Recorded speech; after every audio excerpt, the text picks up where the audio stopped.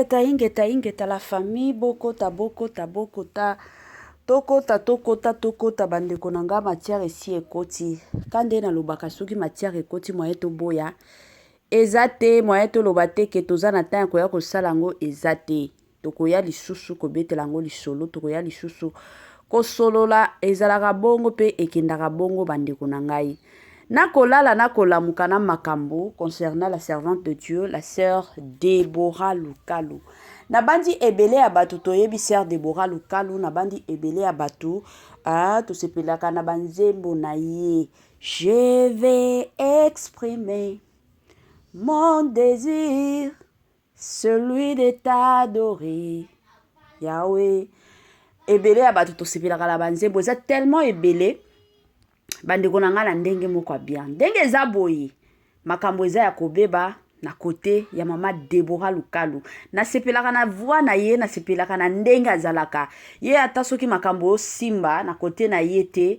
en tout cas c'est trop difficile omona ke la sœur Deborah azolela wana penza ezalaka kashe na ye te ye alingaka kotia kashe ya mawate mais atiaka toujours et encore kashe moko ya esengo bandeko na nga kisongi officiel ka ndenge alalaka te ka ndenge atikaka likambo te kisongi azalaka soki makambo ebimi ye pe akotaka na mozindo alingaka toujours akota alingaka toujours alobelango na ndenge moko ya malamu na ndenge moko ya kitoko penza mingi makasi lelo awa toye na makambo ya sœur Deborah Lukalu ebela batu o deja balanda kisongi officiel bakoyeba kaka no mama na biso songi nanu abeta lisolo sœur Deborah te lelo penza eza privilège na côté nanga pona koya kobeta makambo ya sœur Deborah Mama 2024 Gavker to yelibino solution pona ba problème ya trompe fibrome myome kyste règle abondante Gavker to zali na solution yo oyo kota ménopause atana 65 ans na Gavker oko simba mwana ebongo oyo etali fertilité masculine ba papa to bosani binoté faiblesse sexuelle éjaculation précoce insuffisance des spermes topé agrandissement de pénis posa ya mwasi ekimayo kimobali etelemaka bien te awa yoka yango etelemi ebongo oyo etali loposo vergeture babengi nduta bouton tache acné Gavker baproduit ya solo teint uniforme na 5 jours ya pamba oteli tala ndenge obimi kitoko na feti tozali na gamme complet ya kopakola ya injection ya comprimé na ya suppositoire ozali na problème ya hémorroïde interne topé externe papa mama kaka na 2 jours ya pamba omoni changement total pona maladie ya tension diabète AVC topé obésité lobiko ezali perte de poids sans okota salle de sport kisi ya injection pe comprimé na Gavker bikalibela olingi okima suki pe mandefu ya pembe benga biso na lombango po awa tozali na solution moko durable baproduit na biso nyonso ezali 100% naturel pe esalemi na baplante na baindustrie ya Angleterre pe Allemagne benga biso na numéro oyo plus 44 74 05 65 35 48 Gavker solution ya santé na yo.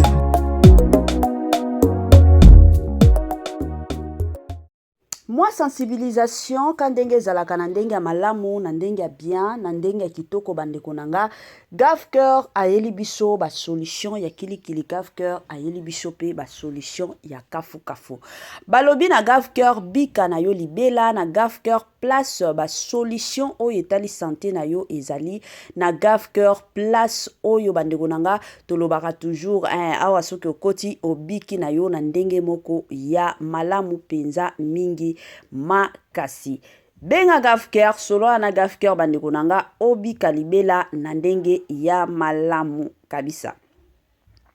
Bonjour, bonsoir et surtout bon après-midi et cela ne dépendra qu'à l'heure à laquelle vous allez nous suivre. Bienvenue surtout sur notre chaîne Kisongi officielle. Bienvenue na ba onyon soyakala. Bienvenue na balandinyon soyasika. Kane tolobaka toujours et encore boye imalamu na chaîne na biso. chaîne na biso songi eza chaîne oyo toyaka kotonga batu, toyaka penza kobeta masolo na bakombo ya batu. Lelo oyo toye kotonga sœur na biso sœur Deborah Lukalu, toye kobeta masolo na kombo ya sœur Deborah Lukalu. Avant totonga ye bandeko na ngai kozala mwa bien na ya nanu ko sensibiliser bandeko nyonso ya sika. Na yebi ke chaque fois que to sala ka émission ya sika bato sika pe bakotaka na chaîne na biso yango na ye ko sensibiliser batu nyonso. En tout cas si c'est la toute première fois ya kokota penza na chaîne na biso, chaîne moko kitoko, chaîne moko malamu na osenga na bino bo s'abonner masi vraiment. Tango bozo s'abonner ka bongo bobo sana pete ko klikaka sur ngonga ya notification. Ngonga wana ezalaka que chaque fois que kisongi officiel aobando tiaka vidéo ya sika bokozala directement informé. Congolais partout oyo ozali na monde entier, offre oyo ezali spécial pour na yo parce que ozali mwana mboka mabele ya mboka batekelaka ngo bapaya te. Congolais tala mabele oyo ezali komonana ezali plat à 3 minutes ya boulevard Lumumba, route nationale numéro 1 awa na kati ya Maluku, à quelques minutes ya péage ya Menkau oza mobimba na $750 ya pamba, ozui 15 mètres sur 20 na yo, y compris les documents administratifs na kati. Donc okozwa ba document ya quartier, okozwa ba document ya commune, okozwa tous les documents possibles oyo esengaka mutu azwa pona parcelle na ye. Pe oza na possibilité ya kosomba a crédit soki ozo somba plus. Ah oui, tolobaki te, tolobi bien, y compris les documents. Au pesi mongo na yo, oza na droit ya terrain 15 mètres sur 20, ozali na droit ya ba document administratif nyonso tout. Voilà, sensibilisation mosusu bandeko na ngai eza sensibilisation concernant ba mapango.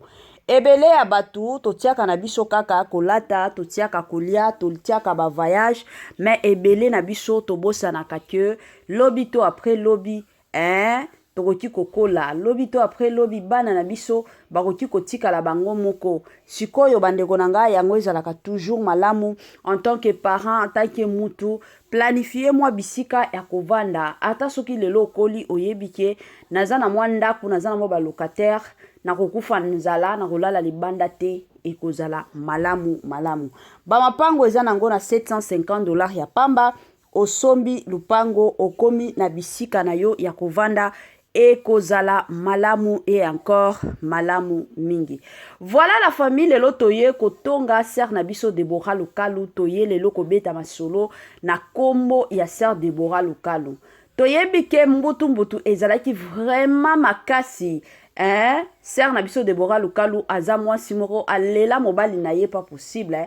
Alingaka mobali na ye na ndenge moko bien. Mwasi nyonso soki akutani na mobali oyo ayebike aza penza yanga, aza mobali selon mon cœur, selon mon âme. La plupart de femmes o basalaka ezalaka nini balingaka toujours balakisa na mokili keno oyo nde yanga. Alors eyaki kosala keno tellement qu'elle était amoureuse de son mari, tellement qu'elle alakisa na mokili ke alingaka mobali na ye, mais bino moko boyebi ndenge diabolo akotaka. Diabolo eyaki kokota. En tout cas, ayaki kopanza makam nyonso ya mama na biso Deborah Lukalu, mais comme azaka musala nzambe, ayebi liloba nzambe, ayebi ba épreuve o satana tiaka na ba vie ya bana nzambe, ayaki ko comprendre alobaki te na otika mobali nanga te na o continuer na ye quel que soit ce que le monde dira. En tout cas nga na kotika mobali nanga yango ti lelo bandeko nanga bazalaka toujours elongo na mobali na ye. Lelo toye na makambo ya robeta lisolo libale kufi libale mata ekita te, mais toye parce que za na message moko ndeko na biso moko alobi ke aza na besoin ke nomona sœur Deborah na privé te, alingi message wana eleka na public mokili mobimba eyeba na ndenge moko na ebite ya bientôt ya mabe. Na otiela bino message wana tokozonga pona koya kosala analyse ka ndenge to mesana kosala analyse na ndenge moko ya malamu. Tolanda la famille et on se retrouve juste après. Shalom, shalom, shalom peuple de Dieu. Je suis la prophétesse Sophia. Je viens de la part de l'Éternel pour donner ce message à la sœur Deborah Lucalo. Les gens, vous allez dire pourquoi je ne l'ai pas cherché en privé pour lui donner ce message. Vous savez, Dieu a sa manière de pouvoir annoncer le message à qui il veut, où il veut et comment. Et s'il a décidé de le faire dans ces plateformes, qui est le réseau social, c'est pour éveiller aussi, réveiller aussi le peuple de Dieu qui sont dans l'ignorance. Sœur Deborah Lucalo, vous avez reçu la grâce de la part de l'Éternel d'être la chanteuse qui chante pour, ou qui chantait pour la gloire de Dieu. Dieu m'envoie de vous dire, quittez le monde à laquelle vous êtes aujourd'hui. Oui, il m'envoie de vous dire, quittez le monde à laquelle vous vous êtes introduits aujourd'hui. Sœur Déborah, Dieu m'envoie de vous rappeler, retournez au début quand il a commencé avec vous. Et revenez aujourd'hui là où vous êtes. Le monde ténébreux vous utilise aujourd'hui parce que vous êtes consciente que vous ne chantez plus pour la gloire de Dieu. Vous êtes consciente que vous avez fait le pacte ténébreux pour ramener les cœurs des enfants de Dieu à louer un Dieu de ténèbres. Vos chansons ne sont plus pour la gloire de Dieu.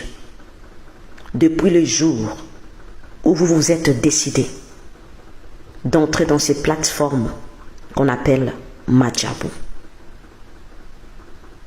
vous avez décidé de vendre votre âme à cause du succès.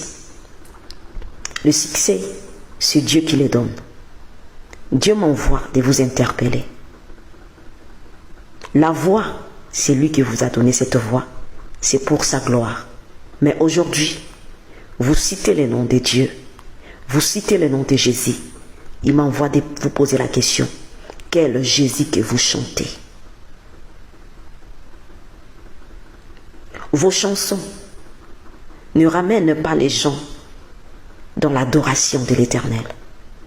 Mais vous venez pour pouvoir distraire le peuple de Dieu à être dans la distraction. Parce que ce qui sort de vos bouches, ce n'est plus la gloire de Dieu. Mais c'est le venin du serpent qui d'entraîner beaucoup des enfants de Dieu dans la distraction. Dieu vous aime. Et vous vous êtes détourné de lui. Ce qui me demande de vous dire, revenez vers Dieu.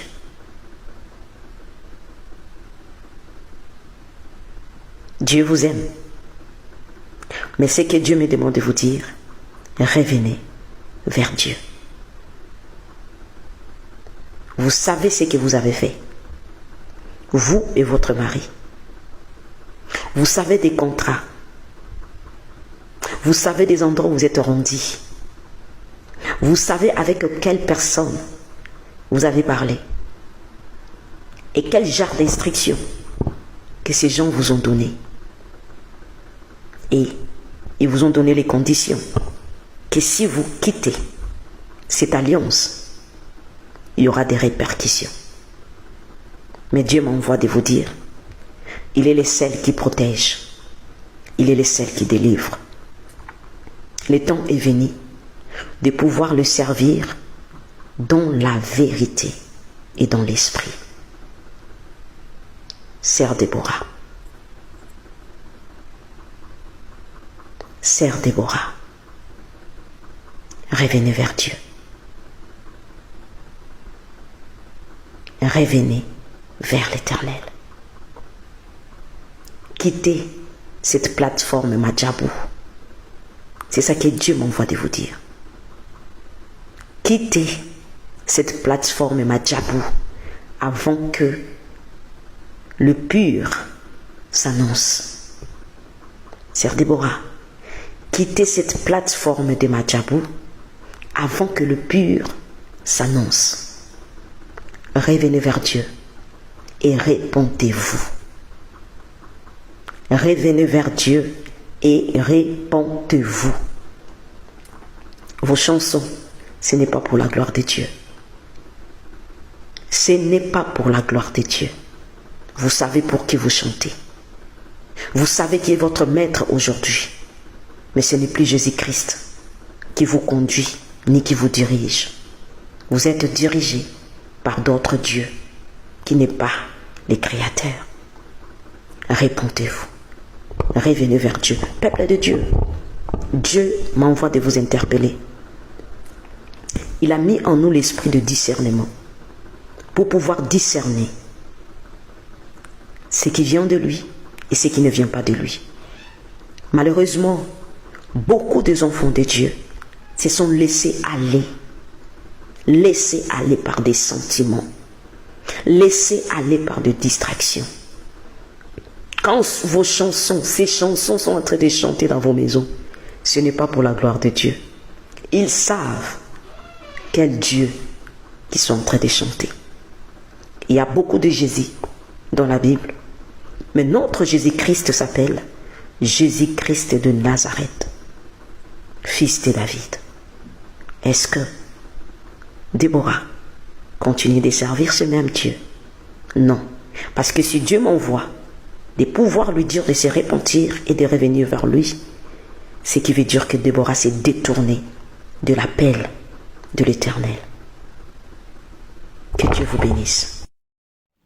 Bandeko nanga na bandi touti koyoka nyonso. Congolais partout oyo ozali na monde entier, offre oyo ezali spécial pona yo parce que ozali mwana mboka, mabele ya mboka batekelaka ngo bapaya te.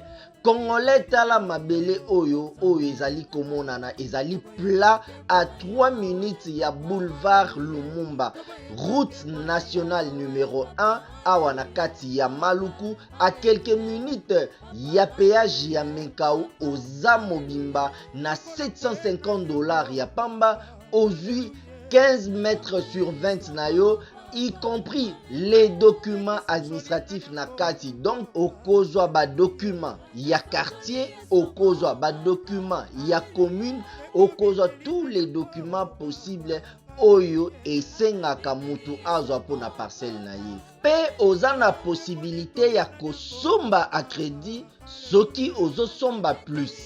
Ah oui, tolobaki to tolobaki te, tolobi bien, y compris les documents.